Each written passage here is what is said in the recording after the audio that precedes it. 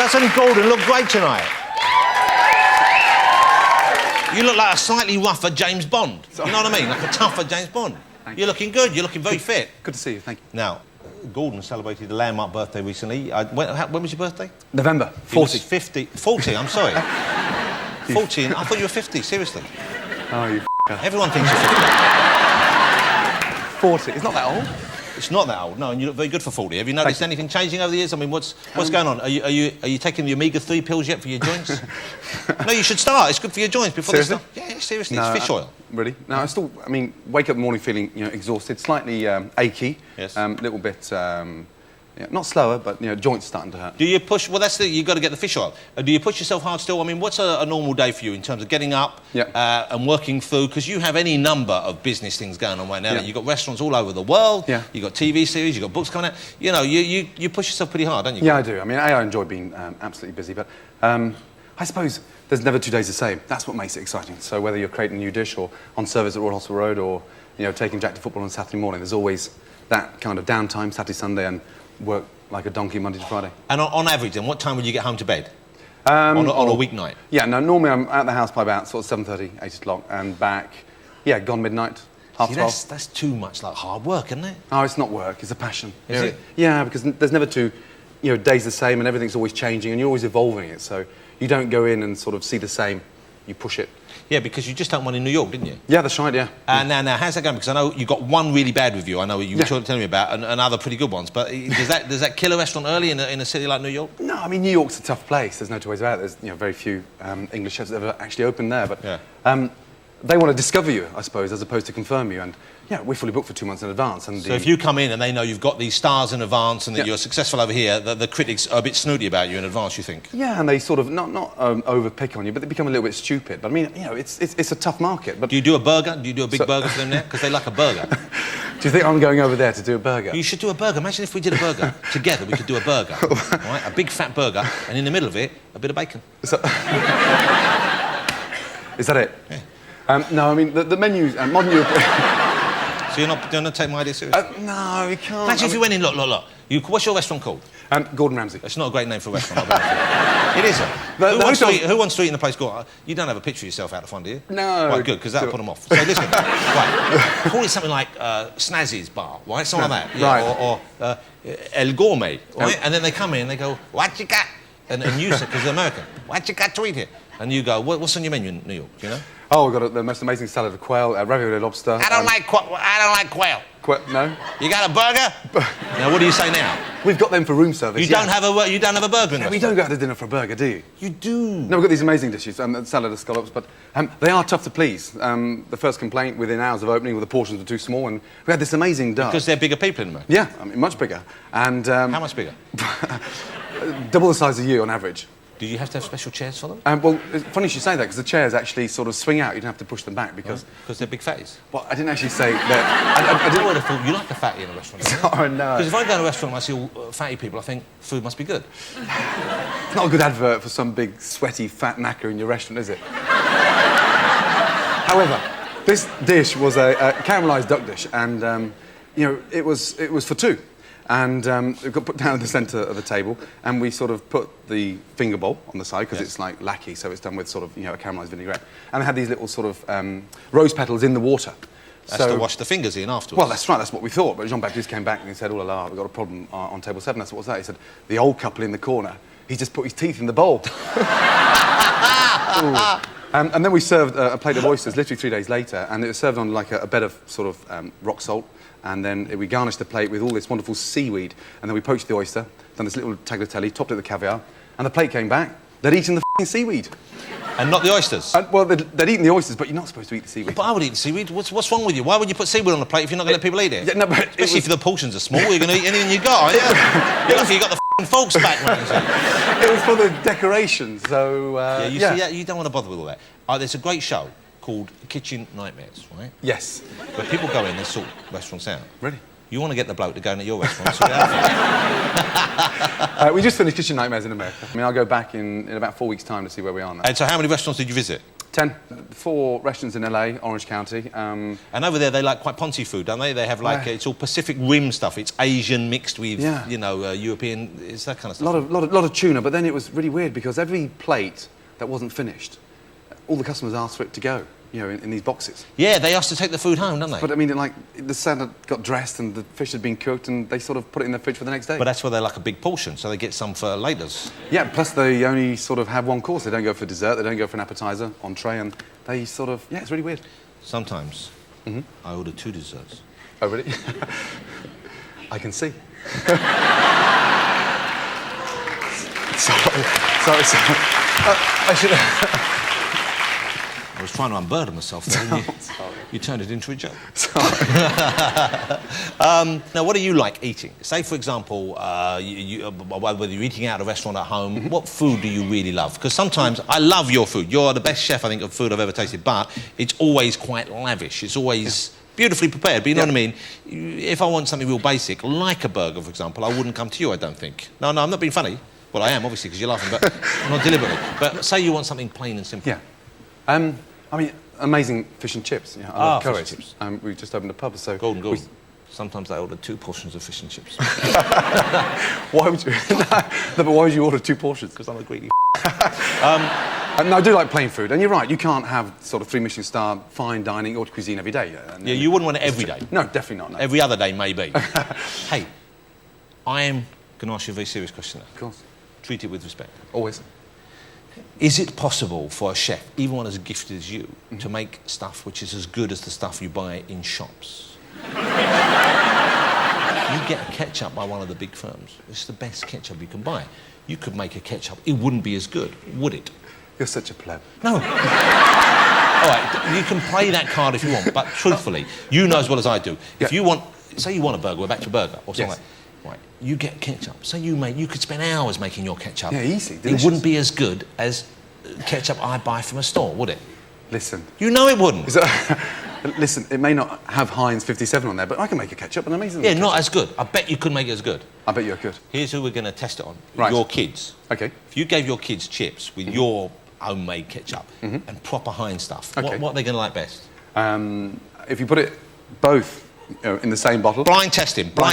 I'd be really disappointed if they didn't choose mine. Yeah, and you will be disappointed, wouldn't you? Because they wouldn't choose yours, and you know it. Because you can't make it as good as them. Because they've got factories, they've got people working with hats on for cleanliness and everything. It's a proper business. You're like a hobbyist. Ketchup, it's not the same, Gordon, be honest. Well, we make fresh ketchup, seriously. Yeah, but it's not as good, is it? I've had it. It's not as good. I've taken to bring my own in when I go to your place. I had to smuggle it in. Jean-Christophe Baptiste or whatever. He said, what's that noise? I'm squirting my ketchup up. Leave me alone. I hid it in a belt. I've got a nozzle. I bring it out and squirt it. Oh, I've got some looks. Unbelievable. All right, let me ask you about horse meat. Oh, shit. No, not horse shit, although I know you had some of that delivered to your restaurant. Horse meat. How did this blow up? What happened? What did you say? Was it misinterpreted? What's the deal, Gordon Ramsay?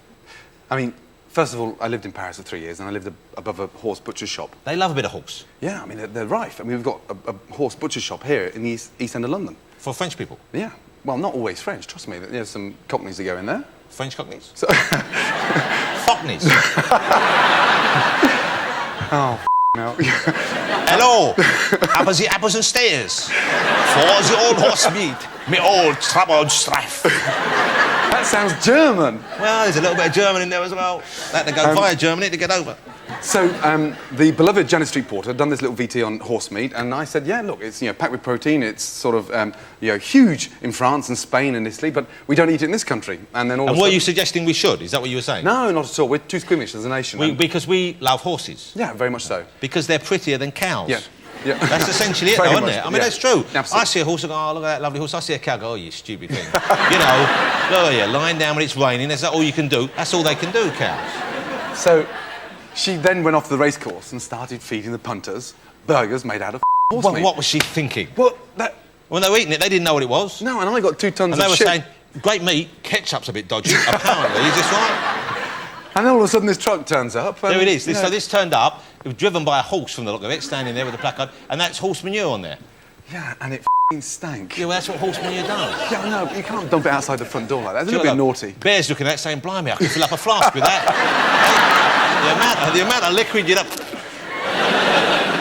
You've eaten horse in France, you said? Yeah, many a time. What's the flavour like? Because I had some years ago, accidentally, I had a horse burger, I think, in France. Yeah. Didn't really notice it, and it just tasted like bland meat to me, so I didn't really... No, I mean, we've just come back from Scotland filming buffalo, and horse tastes very similar to buffalo, but it's not as mature as buffalo. So it's almost like a sort of mature beef, but it is, stunning. It tastes delicious, but it's different, darker, richer. But you can understand why people don't want to eat it in the UK, course, can't you? absolutely, definitely. Would you eat a dog if you were served dog in a restaurant? 'Cause in some parts of the world they cook dogs, don't they? Across Asia, yeah, definitely. Would you eat a dog? I've tasted it, yeah. You like it? It wasn't pleasant, no. What sort of dog was it, do you know? I don't know, I'm just curious. An Alsatian, I hope. A big dog, probably. So it was a big one, yeah. You want a small dog, would you? Not those things in your pocket there, no. Yeah, exactly. But they're not dogs, are they? It's a mouth, it's a snack, really, isn't it? Yeah, no, we didn't actually ask what it was, but it was a sort of, a unique breed of dog that didn't taste very nice. What about monkey? Would you eat a monkey? Yeah, I'm not too sure about monkey, no. But people eat monkeys, don't they? they? Yeah, I know, the brains as well. Some other monkeys eat monkeys. So What about a person? Would you eat a person? No, definitely not. No. Why not? Janet Street Porter now would, yeah, definitely. The smell's still lingering. I know there's a lot of meat on her, is there? It's mainly teeth. Make a nice stock, maybe, but that's about it. For your risotto. Yes. Mutton, cook it for a while, get it tender. I like a bit of mutton. Serious? Like a bit of mutton. Yeah, we've got the most amazing lambs in the garden at the moment, the spring lambs. Gordon, I'm worried about you and your parenting skills. Because you have lovely children, beautiful children. I've seen photographs of them, gorgeous little gifts from above, OK? And then you bring beautiful animals into the garden and say, children, go frolic with the lamb, go play with the pig, tickle the chicken, or whatever you do with chickens, right? The turkey. And then you come home one day with a big axe and go, children, let's cut the head off the turkey. And you do it in front of them. No, listen, I wouldn't do that. Turkey, they shouldn't go to the supermarket and see it wrapped in cling film and not know where it's come from. Exactly. Pigs, they love bacon sandwiches. I mean, things were going brilliantly until Jack took Trini and Susanna a sausage out there. I said, mate, you can't really do that 2 weeks before going to Deborah's. We should point out this is Trini and Susanna, the name of your pigs, and not Trini and Susanna living in your garden. No. As part of some weird wife swap going on here. No. These are two four-legged pigs. Tweeters up. I think they're both fine-looking women. Would either of them make a good Fanny for you? Because at the moment, your new quest is to find a Fanny on the show. Have you found your Fanny? We've had the most... There's the original, by the way. The original, formidable and wonderful and quite grotesque in a genuine way, but brilliant Fanny Craddock, of course. Extraordinary lady. I think there's too many male sort of There are. TV Why chefs. is it only men in the kitchen these days? Well, that's the question. Hence the reason why we launched the campaign to sort of find an equivalent to Fanny Craddock. So, the search is going well, very well. And so you've been sent tapes in of women? Yes. They're showing you mainly their cooking? Yeah, Asian Fannies. No, I mean, Asian ladies that, want to be... No, not like that. Asian cooks that want to become the next Fanny Craddock. Where would you most like Fanny to come from? I hope my wife's not watching, you know that. You started looking for a Fanny, not me. You must have known what you were getting yourself into. No, I mean, just, someone buoyant, tenacious, that, loves cooking, is passionate and, can have fun with it as well. There was a thing in the paper recently, a few weeks ago, and it showed you 4 or 5 dishes, and it said which of these dishes would have been prepared, see if you can guess, would have been prepared by a man in the kitchen, and which by a woman. And my wife and I both got it right instantly, because the male dish, was the flashiest dish. Seriously? It was the most ridiculously overdone. And that seems to be men want to show off in the kitchen, don't they? Yeah, I mean, it's, you've got to know where to stop. And it's exciting because you get these basic ingredients, you turn it into something quite stunning. There's a journey to go through, and so, you feel for it, and you cook from the heart, so... It's not read a cookery book and it's going to happen. You've got to get in there. Let it flow, go with the force. Yeah, and sort of, get inside it in a way that you Do you ever, when you're at home cooking, do you have music on in the kitchen? What are you laughing at? No, you don't really cook to music, no. You put proper music on. Bam, bam, bam, whoopie, whoopie, whoopie, whoopie. No, I think Tana does. She's got a kitchen downstairs. You have a little bit of kitchen. You don't have music on the kitchen. What about at your restaurants? Don't you have a bit of music on the kitchen? No. Let the kids get down to Simon Bates or something? No, the customers are the music. No, we don't really. I mean, sometimes you can walk into restaurants and there's hardly any customers in there and the music is appalling, so... If it's hot in a restaurant, have you ever stripped down to just an apron? Have you? No, I mean, you've gone commando on service before. So no pants? No pants, yeah. No underpants, but trousers? Yeah, well, you had your checks on, yeah. But, I mean, Gavroche was a very hot, sweaty kitchen, the Roux Brothers, in Mayfair. And it was quite normal, because Friday night was your sort of big, clean night. And you'd work, like, 16, 17 hours on the day. So everyone was in commando. So you strip off and then, what, maybe have a little tickle fight afterwards? No. After, you need a massage afterwards. No. All those men working together. No. You need a massage, a deep oil, deep tissue massage afterwards. Bit of Barry White coming on. No, you finish cleaning your fridge out and then you run to the toilet with your little bottle of talcum powder. Well, because it absorbs it. The French would use olive oil or truffle oil, and we just use talcum powder to get rid of the sort of, rash, which really hurt. What?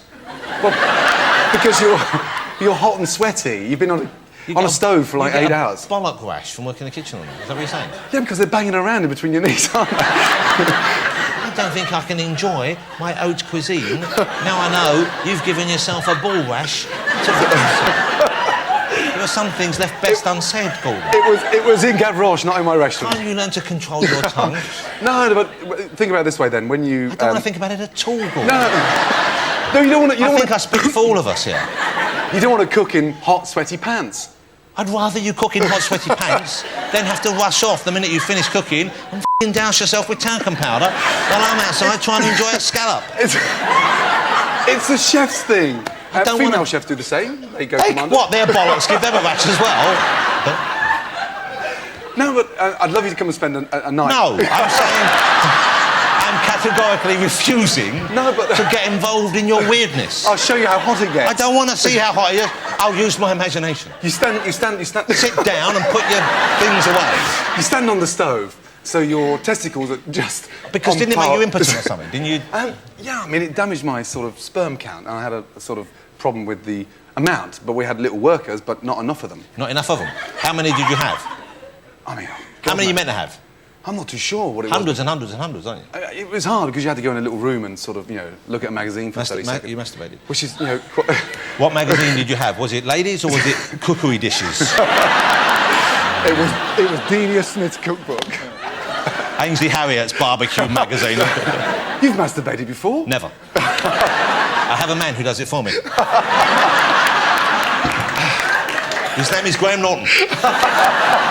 He's very good and very reasonable. All right, let's have a look.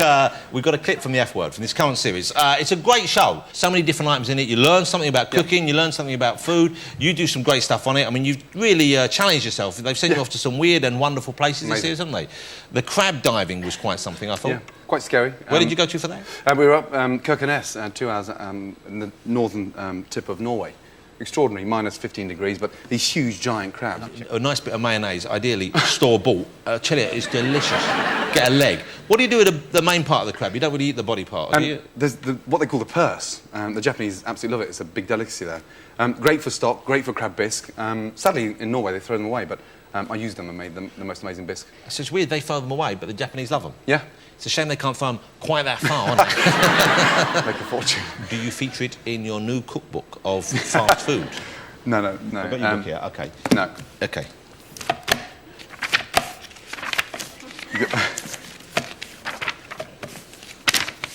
Oh, look how far you have to get before you get a f***ing recipe in here. Store cupboard, essentials, yeah. All right, about 20 pages in, you get a recipe. Soup. Yes. Okay. So this is your idea of fast food? Yes. For families in a hurry or for men at home who want to show off? A bit of both, really. Good food. Doesn't have to be, long-winded food. It can be fast food. Ah, blueberries. I'm going to do this like an advert. Blueberries with honey almonds and yoghurt. All right, so you've got some great recipes in here. This is fast food. I'm going to try something at home, because I've cooked from your books occasionally. I can't remember what I did, but I did something that was all right. Brilliant. It was a soup, I think. Really? Had potatoes in it. Does that ring a bell? Yeah. I think it had a broad bean involved. Oh, nice. Yeah, or like butter a bean. Yeah, broad bean, yeah. Beautiful. I'll tell you what I like. You know when you get beans, the green beans like broad beans, and you cook them, a little bit of lemon juice. Right. A little bit of parsley. Mash them up. Get some bread, toast it, drizzle with olive oil, put them on. Delicious. Broad bean butty. Yeah, broad bean paste. You can have that. You can have that one. I'll go from Jamie's book. They're good books. You ever read those books? Which is your favourite, Jamie or Nigella's book? Delia's. Nah, come on. No, Jamie's. Yeah, he's got great recipes in there. Nigella's are great as well. Yeah. They're both nice. No one's listening to you now. Right. Okay. Right, we're going to cook something because look.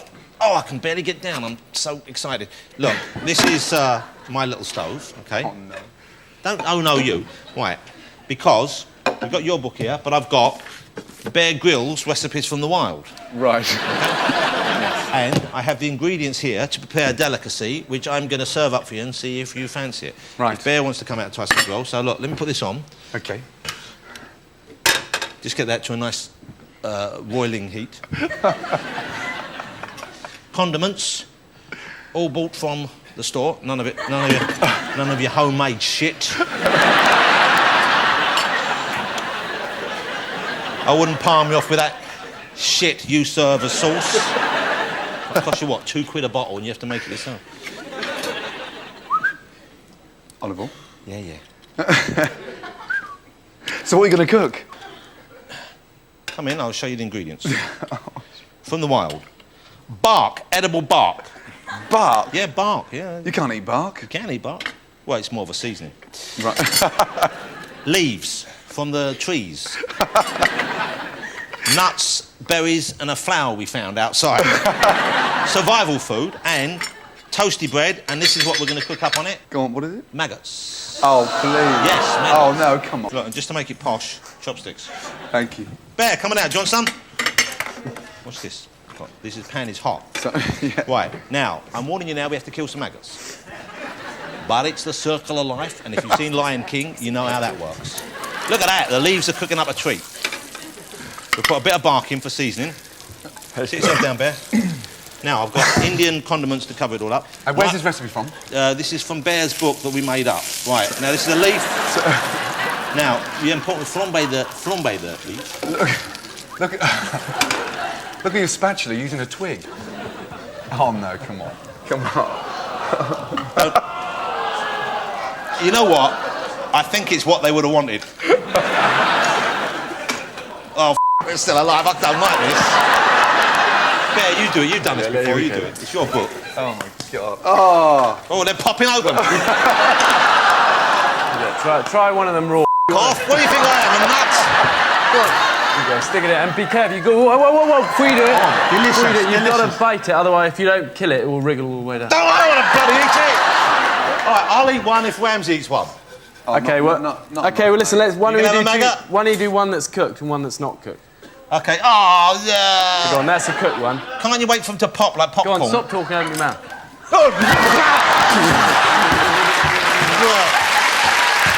That's horrible. They're pretty horrible. They're horrible. Yeah. Why would you eat them? Oh. Well, I would, you wouldn't normally. Well, why are we eating them? No. Not for me. Definitely not for me. You don't seriously eat them, do you? Yeah, a lot of them out. Not at home, Fair. Should we take the poor bastards off, no? It's a bit late now, isn't it? What are you doing chucking over there for? Is that health and safety in your restaurant? If you don't like it, chuck it in the corner. But it sounds like snack, crackle and pop on there. Well, at least say a few words over them. I don't know, Ramsay. I invite you on this show and every time it ends in chaos. I don't know what's wrong with you. Ladies and gentlemen, will you join me in saying thank you once again to Bear Grylls, but also to the magnificent and the greatest chef in the country, Gordon Ramsay, ladies and gentlemen. Thanks, Gordon. You want to stay for the music? Absolutely, definitely. Thanks, Bear. Brilliant. Thank you.